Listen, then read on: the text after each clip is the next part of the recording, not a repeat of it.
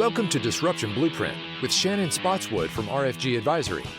In this podcast, we help advisors grow their net worth, build their businesses, and maximize their independence. We've built an award-winning platform with innovative technology, comprehensive service, and a team of individuals who are experts in their field to serve advisors.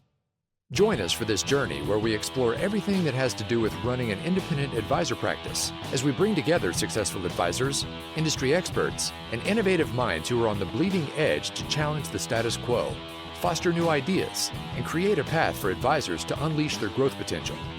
Now, on to the show. Liz, thank you for joining us on Game Film with Dr. J. Excited you're here. How are you? I'm doing great. It's nice seeing you on a screen. It was nice seeing you in the flesh last week at Future Proof. Excited to be here. Future Proof was a great conference and highly recommend it to a lot of people. And we'll definitely have to maybe talk a little bit about that at the end. But awesome. Liz, you have a great background in our industry. You've worked in different capacities as from on the sales side, but then you've also worked on different capacities of the human behavior side. You have a lot of expertise in that world and applying financial planning and investment management world. So I'm excited to talk through a lot of the different topics that we're going through today. So just kick us off. What is your walkout or come out song? I always like to know what's going to get everybody excited. Yeah, this was a hard one for me because I feel like I'd be like bouncing around with like hardcore rap, but I was like, no, let's take you down. There's nothing wrong with that. Shannon, our president, she came in full blast, even played it on her phone, Coolio. So all is well. Yeah. So I was thinking about it, but it's Whitney Houston's cover of Higher Love. I think that's the one I'd be bouncing into the room with. Okay. That's a good one. That's I always love when someone pulls out like either a cover or of an artist that wouldn't be the, like, everyone knows Metallica and AC/DC and all these are like great intros, but I love it when someone finds one that just gets them in that vibe. But awesome. Yeah, well, it's like 3 generations down, right? The original and then the cover and then the remix by Kygo? I don't know how to say her name. I think that's it. Well, we'll definitely add that to the show notes so that everybody gets the true cover, the real one. So there you go. All right. So first situation, on Game Film, reflection, looking back at past experiences, all those things is what's so important for our conversation. So for the first one, tell me about a situation in your past. It could be with a client that you've worked with. It could be a business decision. It could even be how you got to where you are now, leading a team about applying human behavior in the financial planning community. So like there's 2 different things where my mind jumps. I think where my recent success has come from, it's kind of really well timed, is me putting a whiteboard right into my kitchen condo, like just kind of visualizing everything, helping myself with my mindset, helping myself declutter my brain. But that kind of jumps to one situation in particular with when I was a wholesaler at a mutual fund company.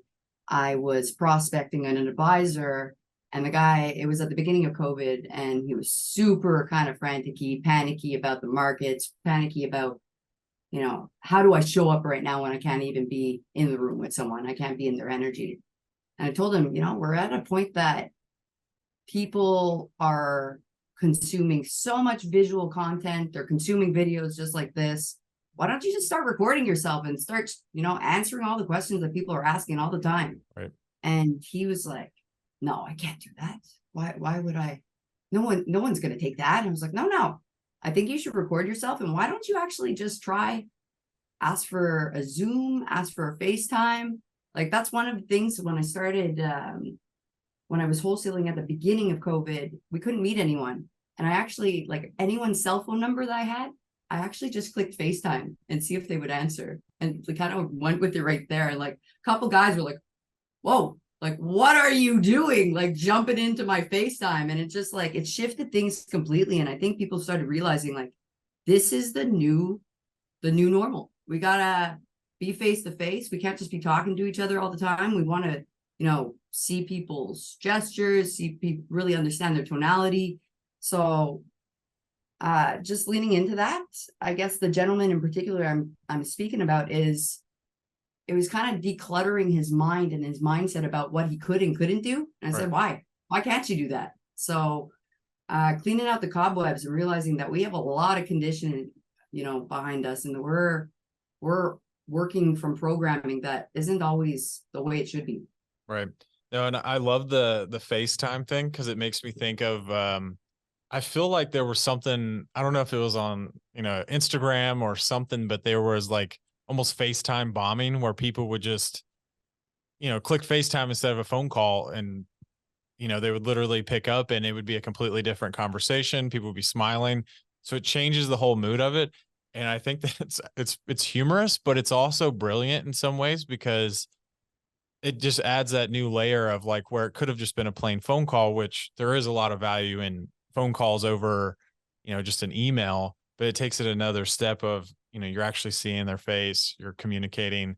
And even if it was something quick, and I think that's why products like Loom or, was it Bomb, I think is the name of it. Some of those are so powerful because you get to hear the tone in their voice. You get to see some mannerisms of people, but, I love that. No, I think that's such a cool situation. In that same vein, I don't know if they're still kind of prominent, but a firm called Video Ask, kind of like a survey funnel that you can go through. Depending on what the person answers, they get another video that's relevant to what they just answered. So, just helping people get to know you before even meeting you kind of shifts the conversation. You build rapport, even though like it's one-sided at that point and they're ready to go. So I think I like where things are shifting. No, I agree with it. I mean, we've had many conversations on the human behavior side. So to keep us focused, we could go down so many rabbit holes of that. But one of the things, what was that a foundational from that conversation where you wanted to start to tilt more towards that human behavior side? So it's not necessarily human behavior. It's I hate this line because everyone says it, meeting people where they're at. I kind of roll my eyes to it because it's just like, it is what it is. It's like saying culture. Yeah, culture. If everyone's culture was so great, wouldn't everyone just love their jobs? But sorry to interrupt. Go ahead. So I think where the shift is, I was wholesaling mutual funds. It's a space that, unfortunately the writing was on the wall, but like it's commoditized.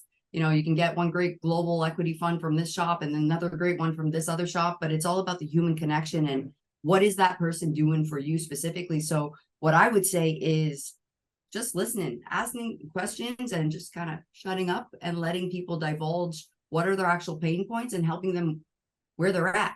So whether it be, their website, whether it be their team culture, whether it be how they're speaking to their clients, like it really, when you realize that you have so many different tools that you can pull from and you're not limited with just like, the thing that you're selling, shift the conversation, help people what they actually need today rather than, focusing on what the agenda you set for that conversation was, because you have no clue. They might not be in the right headspace to have the conversation that they even scheduled with you. Maybe they just, got in an accident, or they, one of their employees is going through something and they just need some space. Right. Like holding space for people for wherever they're at is, I think, really vital in this time of day. And like, if you think about advisors, it's a tough job.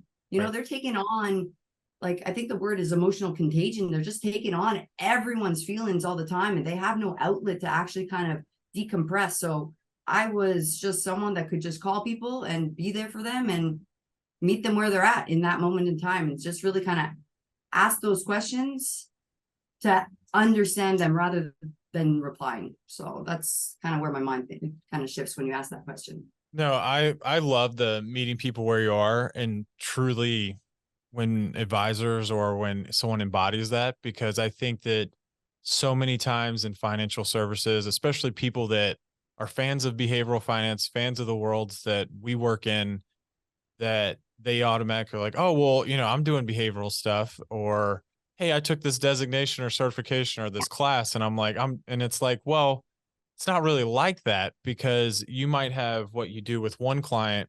It's going to be completely different with the other. And I'm a big believer in that.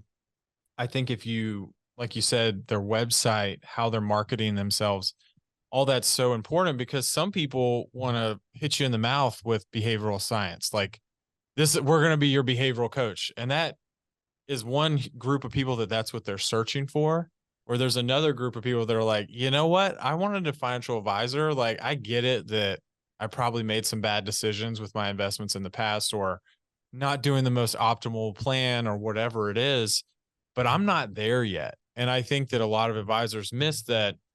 You have to, the way I've always phrased is, you have to stealth it in some situations and kind of build that rapport. And that's why I really love what you mentioned. You said something there that you don't know where the conversation's going to go. Like, don't go by your agenda, go by their agenda. I think that's really powerful. And I'll let you explain why you mentioned that, because I love that. I love that you're letting the client almost, yes, we have to put some parameters on the conversation, because we can't just be there for 5 hours during the day to just, have a chat and drink coffee together. But I love that you said create some space and let them. So tell me more about letting them kind of steer the conversation. So the thing is, like, my mind jumps to just the quality of the questions that you ask, and really just allowing people to think about their whys. If it's kind of funny, where my mind jumps is, like, one of the biggest objections when I wasn't as seasoned as an inside sales rep was, I'm calling an advisor and they try and give me their first objection of, I'm a discretionary advisor. And, like, at that point I was like, okay, like, so you do model portfolios? Like, why is that an objection? Yeah. And it's just funny that people frame themselves in a way and they think it's an objection that's not actually an objection. So it's almost like, where my mind jumps to is, like, asking the why under that. Okay, so you're a discretionary advisor. Why can't I help you? Like, why can't we find you an EM sleeve that makes sense? Why can't I do something else? It's just, people have this, like, mindset of, like, I'm this, so your solution won't work for this. And it's like, no, let's get under, like, Right. Okay, you're a discretionary advisor. What is it that you actually need from a person that you do business with? And that's where I got to the point of, okay, maybe they frame themselves that way because they don't want someone to be product pushing on them. But then I actually asked, like, the thing is, I don't have the agenda set right off the bat. What I want to have at the end of the call is that they realize, like, oh shoot, this person has range. They can go deep on different subjects. We can go wherever, the puck goes. And I think I need you to kind of dive a bit deeper with which direction you want me to go here. No, I love where you're going. I think that when you talk about, like, giving them depth, because you're using the example of when you were, because I'm a firm believer, and one of our prior guests, Kelly Klingeman, she has a background very similar to yours with the sales background. And I feel like there's so much value in that. And it's like, behavioral finance didn't just appear out of nowhere. And I think a lot of that, like, consumer behavior, that's been a thing in marketing for years. Same within the sales side of it. Good salespeople, you and her, I think that both of you are very good saleswomen in your prior lives, has been why you've been so exceptional in your careers now, because you've learned that human side. You've got to find a rapport. You've got to find trust. Sometimes I forget that. I think our industry started with, you got to sell a product, where that relationship building. And so the direction I like what you're going is that you're almost using that rebuttal from the advisor. It's so transferable to the rebuttal of a prospect as an advisor. So, like, how many times have we as an advisor come to a client and they're like, no, I'm good. I have a person, or no, that's not my type of investment. And it's like, all right, now you have an opportunity to open that open-ended question and let them kind of tell you where you can fit in and where you could try to get them as a client. But that's the direction I'm thinking. So one thing that I would say is, like, let's zoom out a little. Like, who cares about behavioral finance? Like, who cares about behavioral psychology? Let's think about human beings.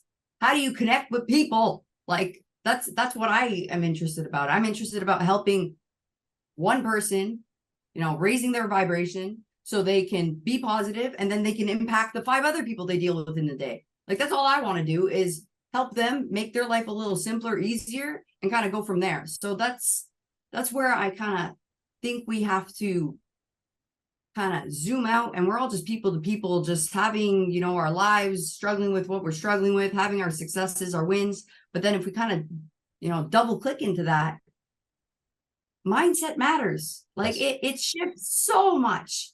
It's just, it changes your complete day. Like, it's just, and it's kind of crazy. Like, I feel like people are going to think I'm a bit nutty by this little story that I'm going to share. No, I'm But loving this story. Keep going. So your beliefs, right? Like, what you think about, it's crazy how we jump to things and we think that they're real, but they're not. So I was sitting on my balcony, I live in downtown Toronto. I'm in a condo. It's condo nation in this area. There's just like, skyscraper everywhere. And for a moment, I'm like almost like reluctantly sharing the story. For a moment, I see a bird flying around. And I'm like, this poor bird, where is he going to find a tree? He can't, like, where's he going to land? He must be so tired about, he's just flapping his wings, trying to figure out where to go. And I forgot for a moment in time that he can just park himself on my balcony. He can park himself down on the concrete. But for a moment in time, I genuinely thought birds could only go on trees. And I forgot about that.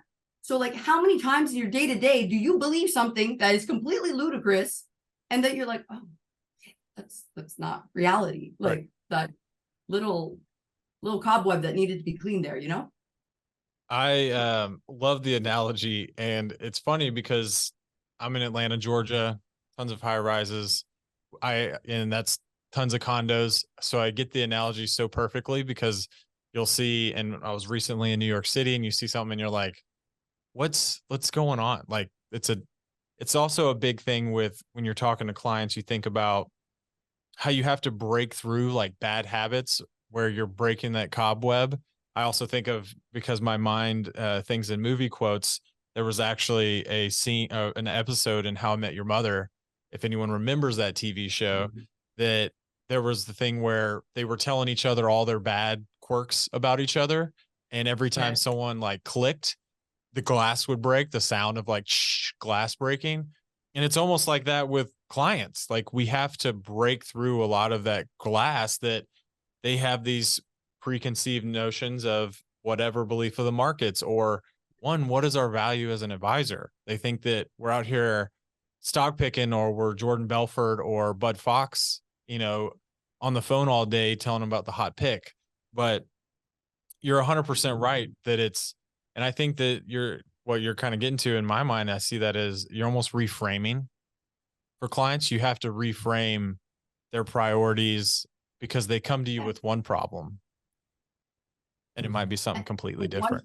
One problem, but then what's the actual problem behind the problem? Like, let's ask why a couple times to get a couple layers down. And just my mind just jumps to how we see the world. And even the thought recently about, let's say we have an argument or we have a conversation and we say, this is the reality. You have a reality and I have a reality. That doesn't mean that they're wrong, that they are what they are.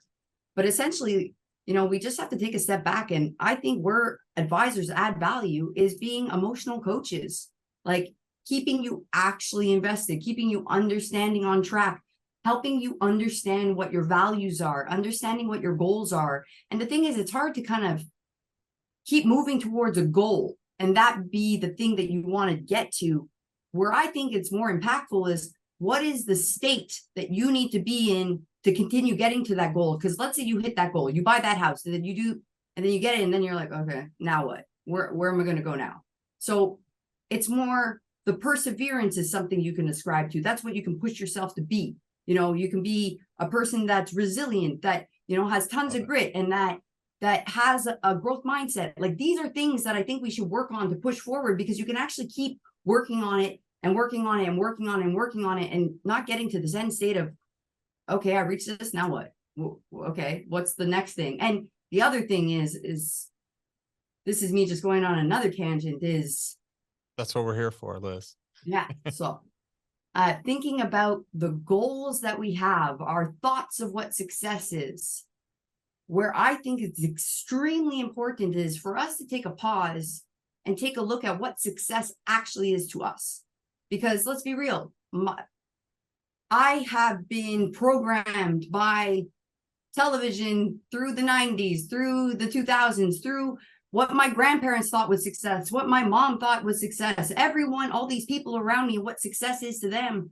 If you're kind of climbing that ladder and you get there and you're like, oh, I don't really feel fulfilled. Yeah. It's because if you ever take a moment to look at what actual success means to you, for me, it's impacting the people around me and just making them happy in the little ways that I can so they can then impact the people around them. Like that's what success is to me. Well, one little, morsel of it. No, two things there that I want to comment on. The first one would be, I love that you're talking to focus on less on the end goal, but the system to it, or to getting there, the process or the growth.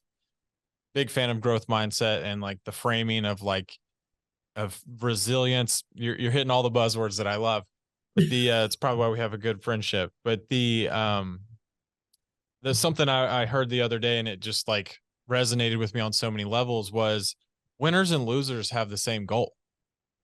So at the end of the day, someone that lost that game or lost to go there, they both had the same goal, was to accomplish this, but focusing on what exactly you said, the system, the process, the growth in it, that's where you're going to find all the gold and all of the positive side of it, because you're going to become better. You're going to update beliefs. You're going to see the world through a different light.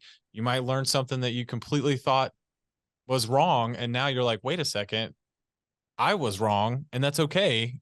Morgan Housel, one of my favorite things that he always says is that he likes to be able to have where he can update his beliefs.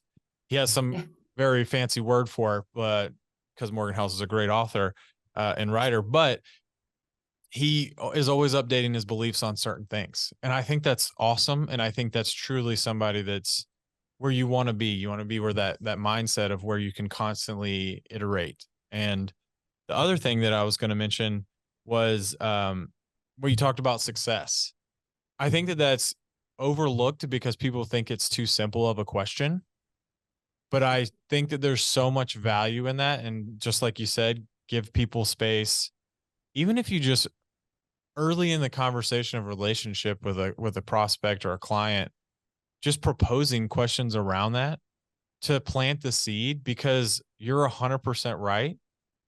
We've had these in-depth conversations about how, things that influence our identity, where you have a lot of times, there's a thing called, I remember one of our conversations about identity foreclosure, where people are assuming this is who you are. This is what should be important to you. This is what should be success or happiness for you. And that might not be anything of what you truly want.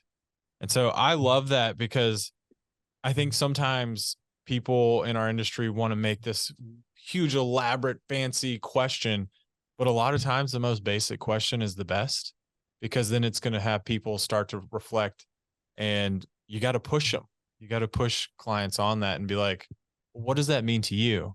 And like you just said, there's probably 2 or 3 layers back where you're going to find the good stuff and you're going to find out what's really important to them. But that first response is going to break down that door and be like, you know what? Maybe this isn't what I want to be doing. Maybe this isn't what's going to make me happy. Well, helping them dig a little deeper of when did you decide that was success? Let them reflect on what environment were they in, what situation, who were the people around them that were influencing that. If those people around them that were influencing them at that time, that you've abandoned them or kind of grown out of them, how are you? Maybe we got to update this, right? You got to think about it a bit differently and keep revisiting it, because we are changing creatures. It's kind of funny how much we reflect on our past and are like, oh, look how much I've shifted. But the other thing that my mind jumps to is in the future, how much we don't realize that even what we're trying to achieve in the future, it's almost like we think we're going to be a static state of who we are right now, then in the future. And let's be real, we're going to be 6, 7 different people from then. We're going to evolve over and over and over again. So I think it's just really a worthwhile practice for advisors to kind of dig in deep into these sorts of things and help people realize that maybe what people are thinking is not actually what is beneficial to them. It's not going to actually help their satisfaction, and it's not going to, you know, drive them to a place that they feel content about their life. No, I agree. And I have one question before we go to close out of here. So how, with all of these things, like you have a very deep knowledge of the client experience, advisors, mindset, all of these things. How do you see some of this helping with that, what I call the advisor implementation gap or the action intention gap? And so basically when we propose something, or like when you were coming in as a, you know, as a wholesaler and you're like, hey, you should use this. And they're like, no, no, no, no. But by doing some of these things that we've talked about in the last 30 minutes, how do you think it helps? How do you see it helping with that implementation? Because I find that is such a huge gap for advisors. So as you ask that, I'm just spinning my wheels a little bit, and where it's hard for people to kind of grasp and take in what you're sharing, right? They're like, okay, you say this, but does it have any weight? For me personally, I pull from my life experience all the time. I pull from, you know, I'm not going to go too deep, but I pull from my 2 sisters and my mother and the experiences I have with them and how they reflect on money, how they reflect on change. And I just really try to humanize this in a tangible way that people can be like, oh, she actually gets it, because she's reflected on how to help. My family's going to listen to this. They're like, really, Liz? You think you're helping us that much? I'm like, how to help, you know, shift their mindsets and just like pull from your own experience to be vulnerable enough to be like, I've gone through this, right, you know, and in that situation, I was able to reflect on this, that, and that. I shared this information with them. And then we all kind of updated our thoughts around this, maybe one concept. I know I'm kind of like talking fluff in the air here, but it's just, I really think it's just drawing on what you know that helps people. First off, you're building rapport. right. Secondly, you're kind of helping people realize that you're human and that you're just like everyone else, because people don't want us and them. They want to work with us. Yeah. You know, we're the same people. And understanding that our lives aren't all kind of perfect. We're trying to figure it out as we go as well. We are. So I think where it shifts and I help people kind of get to doing something is like, look, I went through this, I went through these stages, and it helped me personally in this way. You know, maybe it doesn't help you, but why don't we think about the last time you made a big decision?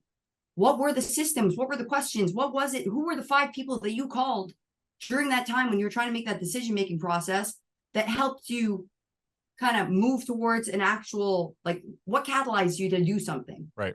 So I think personal experience, who are people that are relatable, that have done the thing that you're trying to do, that you can call on and kind of harvest all their gems, their learnings, what they've done. Mm-hmm. I don't know if I'm answering your question. No, you answered it beautifully. And honestly, there's 2 things in there that like I found so much value in. Is one, I don't think we could say it enough, especially in our industry.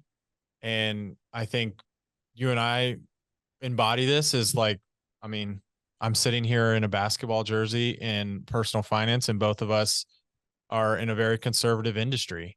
And I should be in my suit and tie every day, all day long. And so, I mean, you can't see here, but I also have some, you know, some sneakers on. So it's to throw another curveball into it. But I think one thing you mentioned there is, even if you don't, as an advisor, have all the training yet, or you're working towards it, or you're trying to become a better advisor, just be your authentic self and just be a good, like, just be an empathetic, just be present in that situation and be real with them, and be just a true person, and not trying to be this bigger than life, like, I'm this person, this is my firm, or I'm an advisor, I whatever. feel like you hesitated. You were going to say, be a good person. Just be good. Be what you want to see in the world. It's easy as that, right? Like It is. And it's just being your genuine self. I think that's, if I had to put it in one, is being your authentic and genuine self. when you're in those situations, and a lot of times that is gold will come out of that and a I good think so. outcome, and stop worrying about like, oh, I've got to, organize or meta game this whole situation. But then the other thing that you mentioned that I found so valuable, and is I think something that advisors should ask a question about, is you said last time you made a big decision, who were the 5 people you spoke to? And so I find that so enlightening, because now you know who is influencing their money decisions, who's influencing just in big decisions in general. And now that just opened a whole nother door of like, all right, here's where those money messages and that money influence is coming from. So I see that's a powerful question. And I think that people might ask it and just like throw it to the side. But that list of 2 to 3, 5, whatever the number is, can show so much of where now their decision making is being reflected on.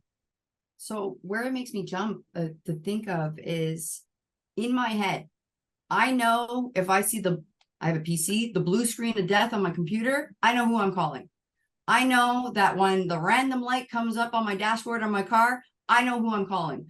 I know when, I want to figure out what I'm wearing for a date or something, I know who I'm calling. Like Right. kind of having those people right in the back of your mind, like it makes it easier. You don't need to always figure it out. There's people that are smarter in different specialties. Figure those people out who are in your life and have them on speed dial. Call them up. I 100% agree, and that even validates more of why having an advisor is so important, because if it's not what you enjoy doing and you find value and engagement and flow and all that from it, then find somebody that is an expert in it so you can go do the things that you love. Yeah. So to close us out, I have my favorite closing question, and it's kind of a play on the opposite direction. And so it's, what is the worst advice you've ever received? And this one is going to, no, I know it. I know it. And you don't have to name names of anybody, but oh, no, I'm kidding. So the worst advice, and it's funny because it's double-sided, because I do think, perseverance is really important. Agree. But someone telling you stick with it.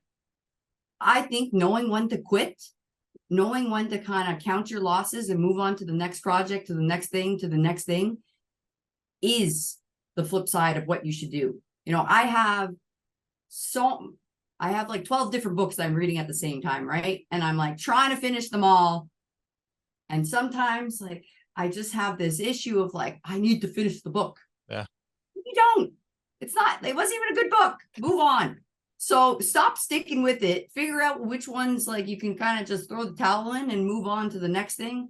And I feel like I'm saying this, but I have to take my own advice a lot of the time for that. But so stick with it is what I would say is some of the worst advice at times. I love it, because I am full agreement of the sunken cost of, if something is just, I'm right there with you. I have a problem with the same thing, and I think others will too, that it's almost like a bad TV show. I will, if I have like 4 episodes left and I'm like, well, I just got to know what happens. Like, exactly. And I'm not going to pay attention, and it's going to waste those 4 hours or 2 hours, however long the episodes are. And so the same with books, the same with projects. There's so many things that it's like, we just need to find the right place and quit and move on to something that's better for our time. I think there's so much value in that. And also just holding some space for like reflecting on what you did learn from that thing that you think, like, honestly, just changing our mindset about failure. Failure means that you actually tried doing something. That's a good thing. Like not even coming up to the plate is the problem, but trying and realizing, okay, it's not for you. I think that's a really tough skill, and I'm working on it for myself.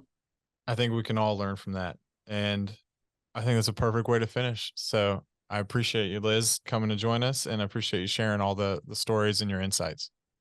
Well, thank you so much. Thanks for having me. Thank you for listening to the Disruption Blueprint podcast. Click the follow button to be notified when new episodes become available. Visit our website at www.rfgadvisory.com or schedule a call on our Advisor Resources page. And don't forget to click the follow button to be notified when new episodes become available. Content here is for illustrative purposes and general information only. It is not legal, tax, or individualized financial advice, nor is it a recommendation to buy, sell, or hold any specific security or engage in any specific trading strategy. Information here may be provided in part by third-party sources.